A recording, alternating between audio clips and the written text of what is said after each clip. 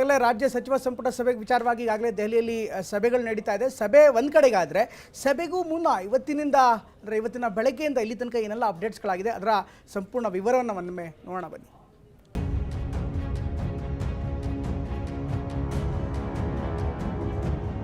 ಮಜಾ ಮಾಡಕ್ಕೆ ಇವರೆಲ್ಲ ಡೆಲ್ಲಿಯಲ್ಲಿ ಕೂತಿದ್ದಾರೆ.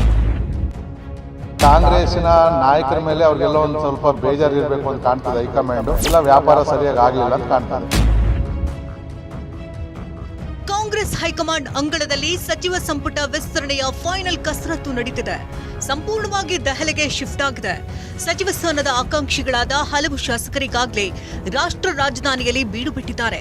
ಸಿಎಂ ಡಿಕೆ ಶಿವಕುಮಾರ್, ಮಾಜಿ ಸಿಎಂ ಸಿದ್ದರಾಮಯ್ಯ ಕೂಡ ಕಳೆದ 3 ದಿನಗಳಿಂದ ದೆಹಲಿಯಲ್ಲೇ ಇದ್ದು ಹೈಕಮಾಂಡ್ ಜೊತೆ ನಿರಂತರ ಸಂಪರ್ಕದಲ್ಲಿದ್ದಾರೆ. ಅಂತಿಮ ಪಟ್ಟಿಗೆ ಒಪ್ಪಿಗೆ ಪಡೆಯುವಂತಹ ಪ್ರಯತ್ನಗಳು ಸಾಗ್ತಿದೆ. ಆದರೆ ಕೊನೆಯ ಸಹಿ ಮಾತ್ರ ಬೀಳ್ತಿಲ್ಲ. ದೆಹಲಿಯಲ್ಲಿರುವಂತಹ ಎಐಸಿಸಿ ಅಧ್ಯಕ್ಷ ಮಲ್ಲಿಕಾರ್ಜುನ್ ಖರ್ಗೆ ನಿವಾಸದಲ್ಲಿಂದು ಸಭೆ ಆಯಿತು. ರಾಹುಲ್ ಗಾಂಧಿಯೂ ಸಭೆಯಲ್ಲಿ ಭಾಗಿಯಾಗಿದ್ರು. ಮಾಜಿ ಸಿಎಂ ಸಿದ್ದರಾಮಯ್ಯ, ಸಿಎಂ ಡಿಕೆಶಿ, ಹರಿಪ್ರಸಾದ್ ಸಭೆಯಲ್ಲಿದ್ದರು. ಸಚಿವ ಸಂಪುಟ ವಿಸ್ತರಣೆ ಸಂಬಂಧ ಚರ್ಚೆ ಮಾಡಿದ್ದಾರೆ. ಮೂಲಗಳ ಪ್ರಕಾರ ಬಹುತೇಕ ಹೆಸರುಗಳ ಬಗ್ಗೆ ಒಮ್ಮತ ಮೂಡಿದೆ. ಆದರೆ ಕೊನೆಯ ಕ್ಷಣದಲ್ಲಿ ಪ್ರಾದೇಶಿಕ ಸಮತೋಲನ, ಜಾತಿ ಸಮೀಕರಣ, ಹಿರಿಯ ಕಿರಿಯ ಸಮತೋಲನ ಹಾಗೂ ಪಕ್ಷದ ಒಳ ರಾಜಕೀಯ ಲೆಕ್ಕಾಚಾರಗಳಿಂದ ಅಂತಿಮ ಪಟ್ಟಿಗೆ ಇನ್ನೂ ಅಂಕಿತ ಬಿದ್ದಿಲ್ಲ. ಹೀಗಾಗಿ ಸಚಿವ ಸ್ಥಾನದ ಕನಸು ಕಂಡಿರುವಂತಹ ಶಾಸಕರಲ್ಲಿ ಆತಂಕ ಮತ್ತಷ್ಟು ಹೆಚ್ಚಾಗಿದೆ. ಸಂಪುಟ ವಿಸ್ತರಣೆಗಿದೀಗ ದೊಡ್ಡ ಅಡ್ಡಿಯಾಗಿರೋದೇ ಸಮಯ. ಸಂಸತ್ ಅಧಿವೇಶನದಲ್ಲಿ ರಾಹುಲ್ ಗಾಂಧಿ ನಿರಂತರ ಸಭೆ ಚರ್ಚೆಗಳಲ್ಲಿ ನಿರತರಾಗಿದ್ದಾರೆ. ಹೀಗಾಗಿ ಮುಖ್ಯಮಂತ್ರಿ ಸೇರಿದಂತೆ ರಾಜ್ಯ ನಾಯಕರಿಗೆ ನಿರೀಕ್ಷಿತ ಸಮಯ ಸಿಗ್ತಿಲ್ಲ. ಇವತ್ತೇ ಪಟ್ಟಿ ಫೈನಲ್ ಆಗಲಿದೆ ಎನ್ನುವಂತ ನಿರೀಕ್ಷೆ ಮತ್ತೆ ಮುಂದೂಡಲ್ಪಡ್ತಿದೆ. ಇಂದು ರಾತ್ರಿಯೊಳಗೆ ರಾಹುಲ್ ಗಾಂಧಿ ಅಂತಿಮ ಪಟ್ಟಿಗೆ ಒಪ್ಪಿಗೆ ನೀಡಿದ್ರೆ ನಾಳೆಗೆ ನೂತನ ಸಚಿವರು ಪ್ರಮಾಣ ವಚನ ಸ್ವೀಕರಿಸುವ ಸಾಧ್ಯತೆ ಇದೆ. ಆದರೆ ಇಂದು ನಿರ್ಧಾರವಾಗದಿದ್ರೆ ಪರಿಸ್ಥಿತಿ ಮತ್ತಷ್ಟು ಸಂಕೀರ್ಣವಾಗಲಿದೆ. ಕರ್ನಾಟಕದಂತಹ ರಾಜ್ಯದ ಮಹತ್ವದ ನಿರ್ಧಾರ ಹೈಕಮಾಂಡ್ಗೆ ಲೆಕ್ಕಕ್ಕಿಲ್ವಾ?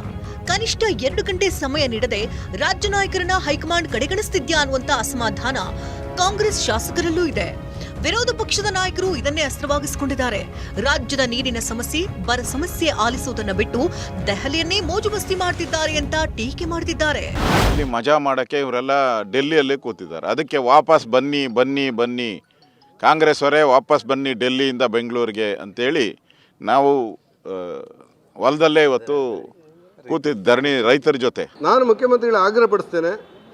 ಒಂದು ಕಡೆ ಬರ, ಒಂದು ಕಡೆ ಅತಿವೃಷ್ಟಿ, ಮತ್ತೊಂದು ಕಡೆ ಕಾನೂನು ಸುವ್ಯವಸ್ಥೆಯ ಗೊಂದಲ, ಇನ್ನೊಂದು ಕಡೆ ಕಾವೇರಿಯ ಜಲವಿವಾದ, ಇಂಥ ಗಂಭೀರ ಪರಿಸ್ಥಿತಿಗಳಿರುವ ಪರಿಸ್ಥಿತಿಯಲ್ಲಿ ರೈತರು ಬೀದಿಗೆ ಬರುವಂಥ ಪರಿಸ್ಥಿತಿಯಲ್ಲಿ ನೀವು ವಾರಗಟ್ಟಲೆ ದೆಹಲಿಯಲ್ಲಿದ್ದು ಕಾಯ್ತಾ ಇರುವುದು ಆಡಳಿತಾತ್ಮಕವಾದ ಹಿತದೃಷ್ಟಿಯಿಂದ ಸಂಪೂರ್ಣವಾಗಿ ಆಡಳಿತ ಕುಸಿದಿದೆ ಅನ್ನುವಂಥ ಭಾವನೆ ಜನರಿಗೆ ಬರುವಂಥ ಒಂದು ವಾತಾವರಣ ಇದೆ.